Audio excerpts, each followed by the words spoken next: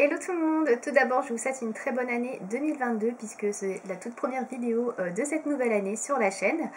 Dans cette vidéo ça va être un petit peu spécial, c'est pour ça que je voulais débuter aussi l'année avec cette vidéo pour vous parler en fait d'un sorte de défi, challenge, je sais pas trop comment appeler ça en fait. Disons que j'ai décidé d'amener on va dire un nouveau concept sur cette chaîne. Alors je ne sais pas si ça existe déjà sur d'autres chaînes, j'en ai aucune idée, j'avoue je n'ai pas recherché, mais j'ai eu cette idée il y a quelques temps en rangeant un peu mes tiroirs. Je me suis dit que j'ai quand même beaucoup de palettes, bon ça c'est une surprise pour personne hein, avec tout ce que je vous montre depuis des années, et du coup je me suis dit ce serait quand même bien de plus les utiliser puisqu'il y en a certaines que j'ai rangées dans des placards, dans des tiroirs et que je n'ai pas touché depuis des mois, voire des années pour certaines, et je me dis c'est un petit peu bête de toujours tourner en fait au final avec les 2-3 dernières qui sont sorties ou quelques-unes que j'aime particulièrement. Donc du coup j'ai décidé en fait de choisir 10 palettes différentes, des palettes qui sont pas sorties récemment. Par exemple je vais pas vous montrer la dernière palette Huda ou la dernière palette Natasha Denona, pas du tout. Des palettes qui sont sorties il y a déjà quelques temps et que je n'utilise plus depuis quelques mois, quelques années pour certaines. Et donc le challenge ça va être de les utiliser sur le mois à venir. Alors j'ai un petit peu calculé avant de choisir le nombre de palettes, enfin de choisir les conditions en fait, dans lesquelles je vais réaliser ce défi, ce challenge, je sais toujours pas comment l'appeler. C'est à dire qu'en fait moi je me maquille à peu près on va dire 5 jours sur 7 par semaine, donc il y a 2 jours où je ne me maquille pas. Et du coup, ce qui correspond à peu près à une vingtaine de make-up par mois, on va dire. Je dis bien à peu près, ça dépend combien de jours dans le mois, mais on va dire une moyenne de 20 make-up par mois. Du coup, j'ai décidé de sélectionner 10 palettes de fard à paupières différentes et je vais avoir 10 maquillages à réaliser en fait dans chacune de ces palettes dans le mois. C'est-à-dire que il va falloir que j'utilise la moitié du mois, du coup, donc sur les 20 jours, ces palettes que j'ai choisies dans cette vidéo. Voilà, je ne sais pas si c'est très clair comme concept. Donc en gros, je vais vous montrer les palettes que j'ai choisies pour ce mois de janvier. Et début février, je vous parlerai du bilan du mois de janvier. Est-ce que j'ai utilisé ou pas les 10 palettes pendant le mois de janvier? Si c'est pas le cas, lesquelles j'ai pas utilisé et du coup lesquelles vont être reportées sur le mois de février. Et le mois de février, je vais choisir 10 palettes différentes si j'ai tout utilisé en janvier, et on va tourner comme ça parce que j'ai quand même beaucoup de palettes, vous allez pouvoir vous en rendre compte. Pour que ce soit un peu plus intéressant, en plus j'ai essayé de varier les marques et là j'ai quand même réussi à vous trouver 10 marques différentes de palettes, donc c'est pour vous dire que il y a du contenu, hein. Il y a des choses à faire clairement. Donc je vais vous montrer les palettes que j'ai sélectionnées, pourquoi j'ai sélectionné celle-ci, et puis voilà. Donc c'est parti, on va commencer tout de suite avec Urban Decay. Donc chez Urban Decay, j'ai sélectionné la Naked Cherry qui est sortie je ne sais pas quand. Alors je vous avoue que les dates, je ne vais pas toutes vous les donner parce que déjà c'est pas indiqué sur tous les packaging. Et si je commence à chercher sur tous les packaging les dates, je crois qu'on n'est pas rendu sur cette vidéo. Bref, elle est sortie il y a un petit moment. J'essaie de chercher quand même au cas où, hein, ça peut vous donner une petite indication. Mais je crois que ça fait bien 4 ans qu'elle est sortie cette palette. Honnêtement, hein, ça fait bien 4 ans. Donc elle est comme ceci, packaging est très joli.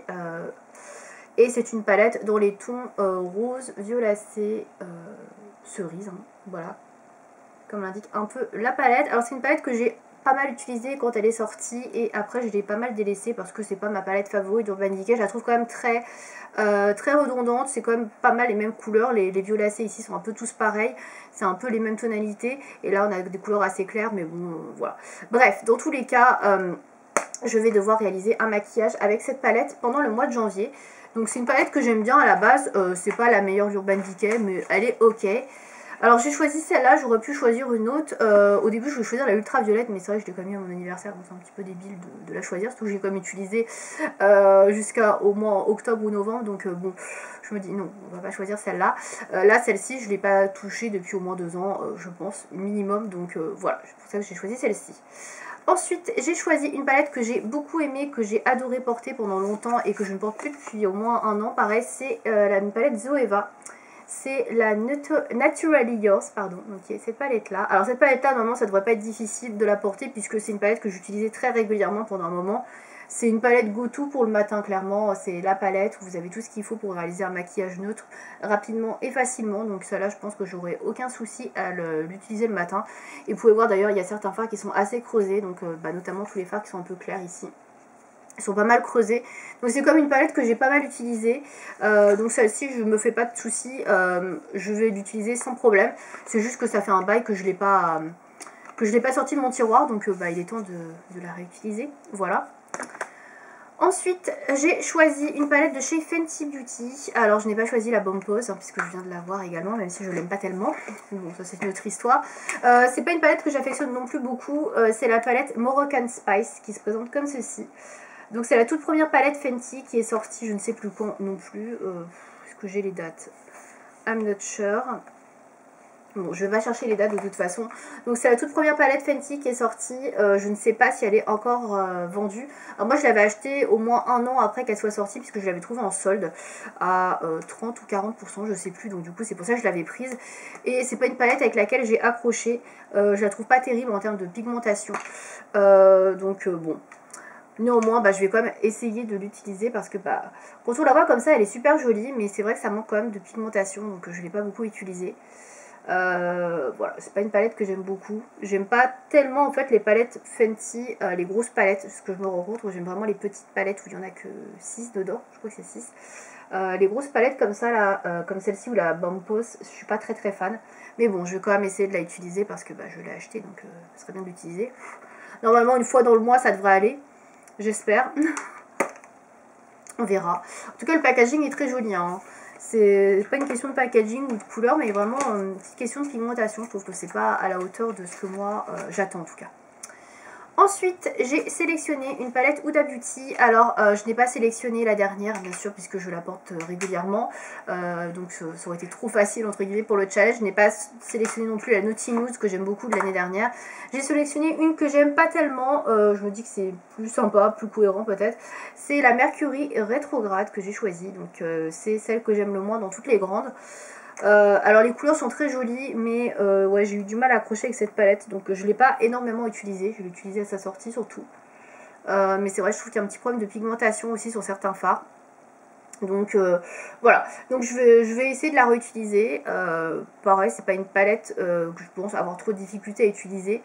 Voilà, c'est pas ma préférée, mais je vais essayer de retourner dedans, parce que voilà, j'aime pas ne pas utiliser les palettes, vous l'aurez compris. Je range en même temps à chaque fois, hein, c'est pour ça que vous entendez du bruit, puisque je les garde toujours dans leur pochette. Et oui, à part quelques exceptions. Ensuite, j'ai choisi une palette de chez NARS.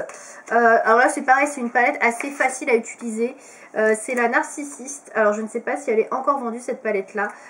C'est une palette de taille moyenne, on va dire. J'allais dire, c'est une grosse palette, pas vraiment. Donc, d'ailleurs, je crois que je l'ai utilisée il n'y a pas si longtemps, celle-là. Parce qu'il y avait encore du fard à paupières. Alors pas si longtemps, égale quelques mois. Mais je l'ai utilisé cette année, celle-ci, j'en suis sûre. Je me rappelle l'avoir utilisée une fois. Ou alors j'étais chercher un fard noir ou un fard beige, je sais plus, bref. Donc voilà, c'est une palette très neutre. Vous voyez, les couleurs sont vraiment hyper classiques, hyper basiques. Donc ça, je sais que j'aurais aucun mal à l'utiliser pareil le matin avant d'aller bosser. Maquillage très rapide, neutre, paf paf, un peu de noir et c'est fini. Il n'y a aucun souci avec ça. Après, c'est pas une palette que je pense à utiliser parce que elle est dans un fond de tiroir. Et forcément, je pense pas forcément à la sortir. Et puis c'est pas la palette la plus intéressante au monde, hein. Elle est de très bonne qualité, les fards NARS sont excellents, mais après c'est pas une palette avec des fards qui sont hyper originaux, c'est du classique de chez classique quoi. Je la garde parce que vraiment les fards sont de très bonne qualité chez NARS, mais sinon c'est très basique quoi. Ensuite, j'ai sélectionné une palette Too Faced. Alors, j'ai sélectionné la palette Pumpkin Spice, donc qui est sortie à l'automne 2020. Parce que, en fait, je l'ai beaucoup portée quand elle est sortie pendant l'automne 2020, pendant 2-3 mois. Et après, je ne l'ai pas ressortie. Donc, elle est comme ceci. Pour le coup, c'est une palette que j'aime beaucoup. Je l'ai beaucoup appréciée l'année dernière pendant 2-3 mois quand je l'ai portée. Et après, elle a un petit peu passé à la trappe, quoi. J'ai préféré choisir d'autres couleurs, d'autres harmonies qui me plaisait davantage. Donc elle est comme ceci. C'est une palette que je trouve très jolie, très intéressante en termes d'harmonie. Il y a vraiment de tout. Il y a pas mal de textures différentes. Il y a de l'irisé, il y a du mat. Je l'aime beaucoup. Je la souffle un petit peu parce qu'il y a de la poudre. Mais ouais, c'est pas une palette sur laquelle je me suis retournée depuis très longtemps. Donc j'ai bien envie d'y retourner parce qu'elle me plaît beaucoup. Et c'est vrai que c'est un peu dommage de ne pas l'utiliser. Donc voilà, je pense que celle-là, pareil, j'aurais pas trop de soucis à aller dedans parce que c'est une palette que j'apprécie beaucoup. Donc voilà, il faut juste que je la mette au-dessus de la pile. Ensuite, une palette encore que j'ai achetée l'année dernière, mais que pareil, j'ai acheté au printemps et j'ai dû l'utiliser pour faire le test de la marque. Et après, je l'ai rangée parce que j'étais pas hyper convaincue. C'est la palette Wild Nothing de chez Colourpop. Voilà. Donc j'ai hésité avec la Limoncello que j'ai acheté également en même temps, mais celle-ci je pense c'est un peu plus portable et ce sera sûrement plus facile à porter que l'autre. Donc c'est une palette de neutre, clairement. C'est une palette printanière je crois, hein. Il me semble que c'était une palette qui est sortie pour le printemps. Alors il y a de très jolies couleurs, franchement là il y a de très belles couleurs un petit peu métallisées ici, nacrées, qui sont très jolies. Après ça reste quand même très classique comme couleur, c'est pas une palette hyper pigmentée non plus. C'est pas transcendant, c'est basique quoi, donc voilà, c'est pour ça que je la sors pas plus que ça, parce qu'il n'y a rien de très waouh dans cette palette. Elle est sympa mais sans plus, donc du coup je vais lui redonner une autre chance, on va dire, en essayant de l'utiliser en janvier. Donc normalement pareil, cette palette là, ça reste simple, ça reste assez neutre, ça ne devrait pas être trop compliqué non plus de l'utiliser pendant le mois. Voilà. Ensuite, j'ai sélectionné la toute première palette que j'ai achetée l'an dernier, en 2020, en 2021, pardon, je dis n'importe quoi. C'est la Pro Palette Lorac Noire. Alors, j'adore la marque Lorac. J'avais la Unzipped Gold, que j'ai toujours d'ailleurs, que j'adore. Et j'ai voulu en acheter une autre, donc j'ai acheté celle-ci. Alors, je l'ai achetée en début d'année dernière. Je l'ai pas mal utilisée quand je l'ai achetée d'ailleurs. Et depuis, je l'ai un petit peu rangée. Alors, c'est une super palette, hein. Honnêtement, j'ai rien à dire. La composition, les couleurs sont très jolies.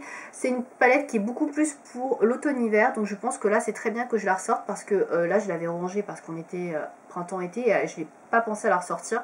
Mais là, je pense qu'elle sera vraiment très bien pour la période.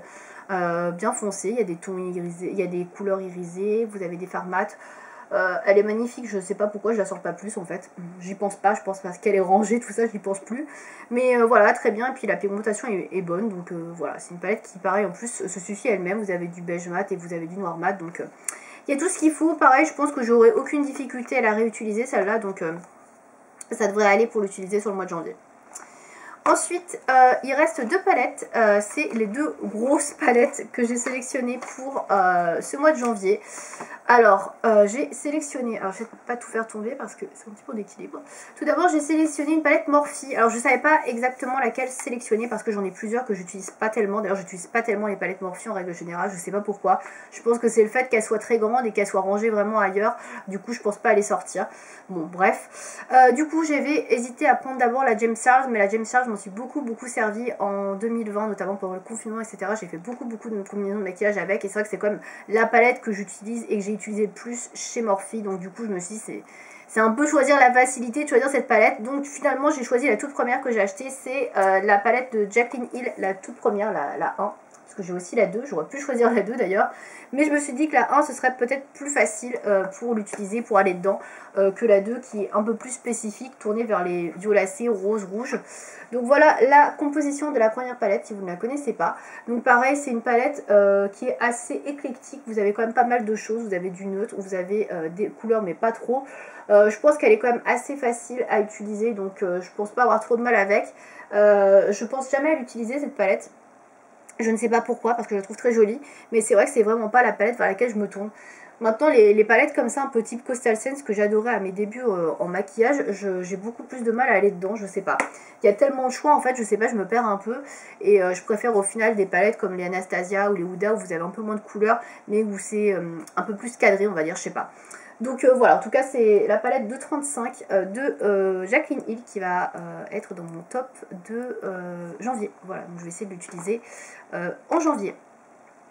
Et enfin la dernière palette que j'ai choisie pour janvier. Donc là j'ai choisi Anastasia Beverly Hills. Alors j'aurais pu en mettre plein parce que au final toutes les palettes, les premières que j'ai achetées dans les formats Modern Renaissance, Subculture, etc., je les utilise plus trop, à part la toute dernière, donc la Primrose qui est sortie là, il y a quelques mois.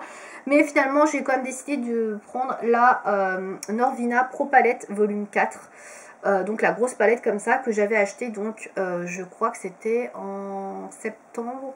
Non, mai, je crois que c'est mai plutôt, mai 2020. Il me semble que j'ai acheté en mai 2020.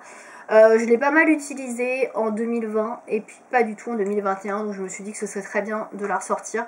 Parce que c'est quand même une très jolie palette. Il y a beaucoup de choix au niveau des couleurs. La pigmentation de toute façon d'Anastasia, j'en parle pas, elle est extraordinaire. Mais c'est vrai que je pense pas à l'utiliser. Donc du coup ce serait bien que j'essaie de la réutiliser parce que elle est très jolie. Voilà. Donc c'est tout pour les 10 palettes que j'ai sélectionnées. Vous voyez 10 marques différentes. Donc je vais essayer de les utiliser toutes au moins une fois dans le mois. Je vous dirai donc début février dans une vidéo si ça a fonctionné, si j'ai tout utilisé, ce que je pense de ce mode de consommation, on va dire, pour essayer d'utiliser toutes mes palettes. Et puis je sélectionnerai très probablement 10 autres palettes pour février. Voilà, en tout cas il y aura un petit bilan début février pour vous dire ce que j'en pense. Même si je continue pas, je vous en parlerai quand même. Voilà, j'espère en tout cas que ce concept de vidéo vous intéresse. Si vous avez déjà vu ça quelque part, n'hésitez pas à me dire sur qui, parce que j'ai pas fait gaffe. Mais en tout cas, voilà, j'ai décidé de faire ça pour utiliser un peu plus mon maquillage. Voilà, merci de m'avoir suivi. À bientôt.